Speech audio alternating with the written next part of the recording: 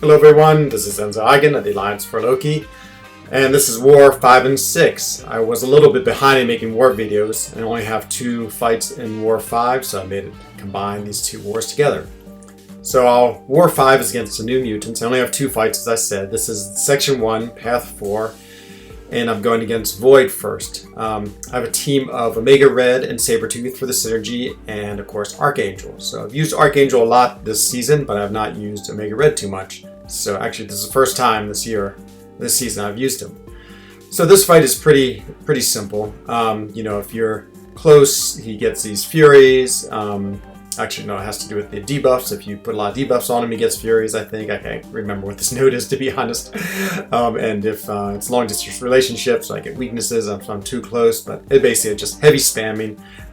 He is defensive, so he does get stubborn. I do play conservative by blocking his special 1 attack. And it's a very straightforward fight. Archangel makes this fight really easy. Archangel has really become a very valuable war attacker, which is amazing. He's an older character, but he's still incredibly valuable. And so that fight went really well. And now I have Nick Fury. So this node is, again, he's stubborn, he's a defender. And this node has the same thing, where it has this steady build-up Fury, but a heavy hitter and power alternator. A really heavy hitter is the one that gets me the most in this. So he becomes unstoppable when he throws his heavy attack. So right away, huge mistake number 1 is I forgot to switch to Suicides with Omega Red. So I'm not doing the big degen. You'll see at 10, of course, my spores stop. I could be doing a lot more damage here. I realized this right as I started the fight, but there's nothing I can do now. So I figure, okay, I just have to play calm and be able to deal with this. You can see how he goes unstoppable once he throws his heavy. And so then he throws a second one. And I'm going to try to punish it right here. Just sort of wait out just a little bit to see if I can get in there as it drops off. And you can see what happens is I get parried. And so now I'm really worried about that. Maybe I'm backing up too far, and maybe I could wait it out if I was a little closer, if I just took 1 step back. But, it's a little hard to experiment in war during a war fight. So I'm a little bit concerned, but things are okay. Things are under control. I'm doing what I can to sort of manage this fight. Omega Red has a very particular style, and I'm having a little bit of difficulty playing him because usually I like to bait out the heavies, but with the heavy, with the unstoppable one, I can't as much. And then of course he's going indestructible also, which is annoying, and so all sorts of things are happening at the same time. And so now I go in for the fight and get my SP2 because I want to get my death field going, see if I can't do a little more damage, and that's sort of going to be my key now. And again, now he hits me with an SP1, and this really is difficult because now he's also unstoppable. It's right at 17, it actually goes down to 16. It's a really hard place to be. Between 15 and 20, he's unstoppable. And so I'm bound to let it fall off, and it does. And unfortunately, I hit him just enough that he's back in his unblockable range. And this is usually, it's good having mutants because they only have like I can't remember, 25% chance per hit to put on a tactical charge. But in this case, it works against me because it puts on just enough to get him unblockable, but not enough to take him through to his Fury mode. So here I'm panicking. He's degenning, he's in his life mode. It's great, but he's unstoppable, he's unblockable, he is indestructible. All these things add up. I'm panicking, and I just absolutely die. So yeah, it was not a very good fight. I'm curious if I put on Suicides at the beginning, if I would have been able to actually beat him. I'm not sure. I think I would have. I think I needed to just think more about this fight, go in with a better strategy, put on Suicides, and then just have a better attempt. But it's 1 death. I'm sort of unhappy about it. I feel like between the suicide mistake and just not playing very well with Omega Red. Again, Omega Red style is very aggressive, and trying to use that correctly is really important for him. So here in the second attempt, again, now it's going to be so much easier just because, of course, he's degenerating from a second life. I'm trying just to let him hit into my block and do as much damage as I can. Luckily, he finishes his attack with a combo and not a heavy, and so that allows me to counterattack. So of course it goes well, but he was already so close to death that it made it easy. So that was my 2 fights, 1 win, 1 death, which is really unfortunate. We did well against that team, and we did win. So now this is our 6th war. This is against an Asian team. I wish I could pronounce their name, but unfortunately I cannot.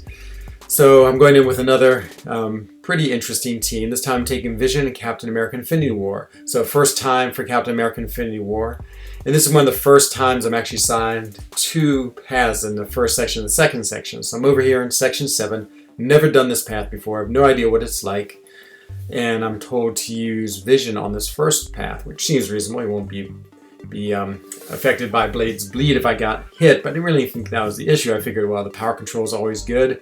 And I look and it's like, there's this power bond. And so I'm a little curious about that because, of course, Vision is a big time power drainer. I figured the power bond might not work with Vision. So I'm a little not worried going in because I figured then I'd just fight him normally.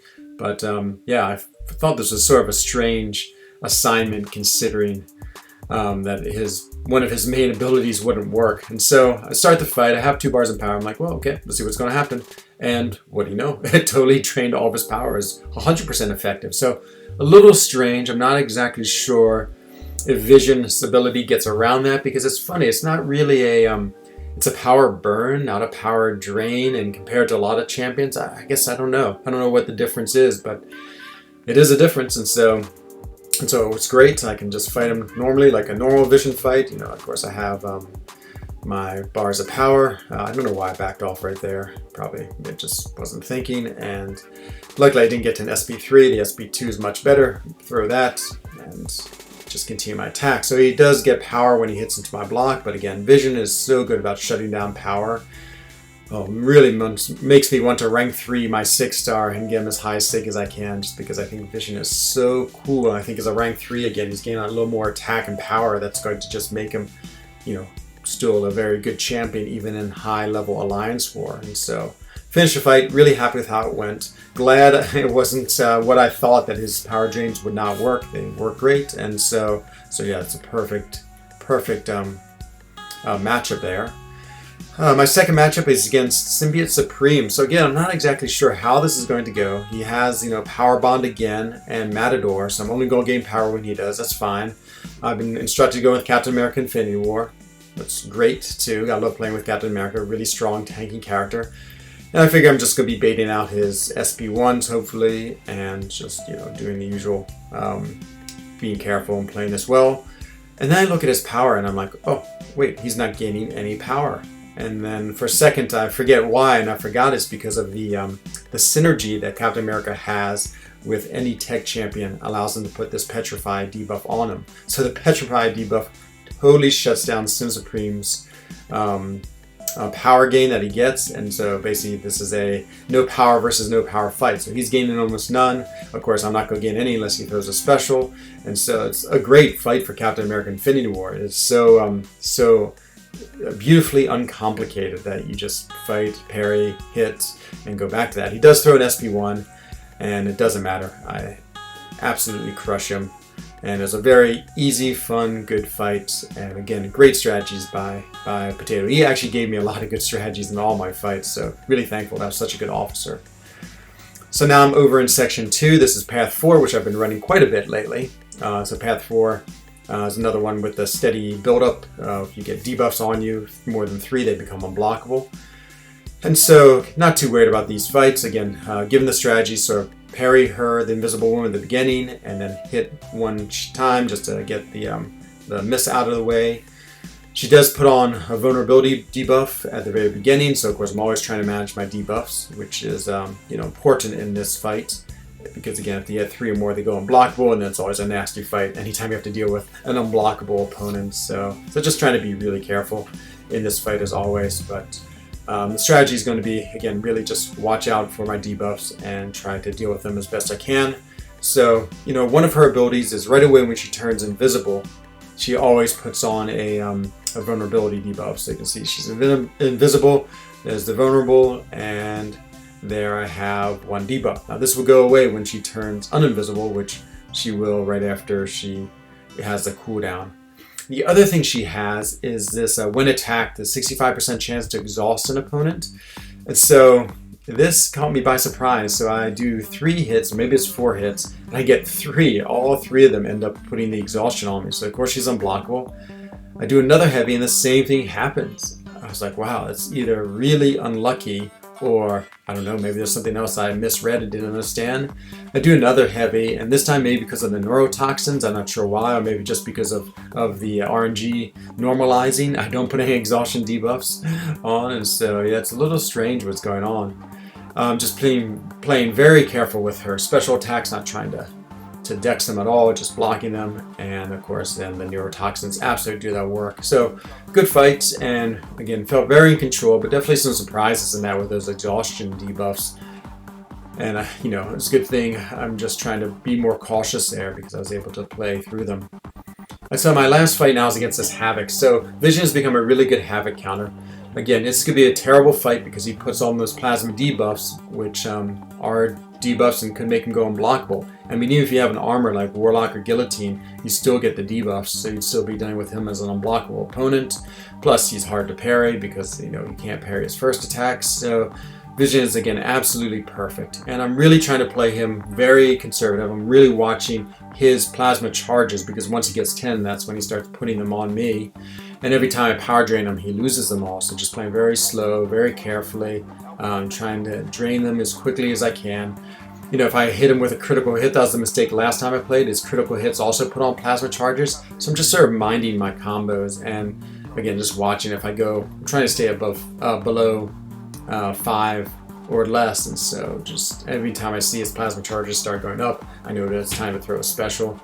And I'm really just erring on the side of throwing more specials than less, because I don't mind throwing a special one even if it doesn't totally drain his power, knowing that it's going to get rid of his plasma charges. So it's more about the charges than it is about the about draining his power. And so everything's going according to plan. You know, I still take a fair bit of damage. I have to block a lot, of course, to bait out his attacks, and just, you know, playing very conservative as I do often. And so that's the case right there, where I use my special 1 as opposed to my special 2, just because I didn't want to wait for it, didn't want to give any chances. And actually having 2 special 1s I feel like is a little more safe, because with 2 special 1s it just gives me 2 opportunities to drain power as opposed to 1 special 2.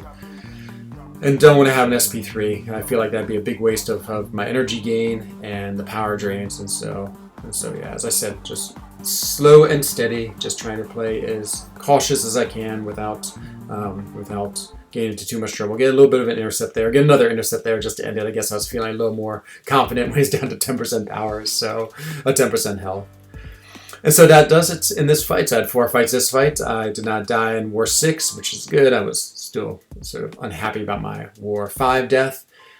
But that's the end of my fights in these 2 wars. So we did win this War 2, so now we're 4-2. Both these opponents played really well, did a good job against us. We were definitely a fair bit better than they were, so we had pretty good margins of victory. But that's sort of the new war rating system. I'm sort of feeling through it and seeing how it works.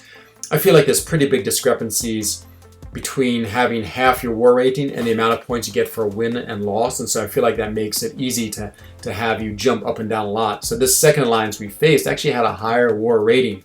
And I can imagine they were, let's say, a Platinum 1 alliance, and they've won like 5 of their last wars, and that's really bumped up their rating a lot because they've gained a lot of points, and now they're starting to have to fight more difficult opponents like us, which is okay, I guess, but it seems like maybe the movement is a little too quick because of the halved war rating. But we'll see how it goes. We'll see. Maybe our next 6 fights will all be against Kenobi, ASR, and other top alliances, and I'll be wishing for these easier fights and wishing we had, I guess, more of a drop in our war rating. So we will see. But other than that, it's been really fun this season. Loving the new map, loving the new nodes. I think it's really cool, the changes, and enjoy all the different paths I've been running and the different champions I've been using. So it's been a really interesting war.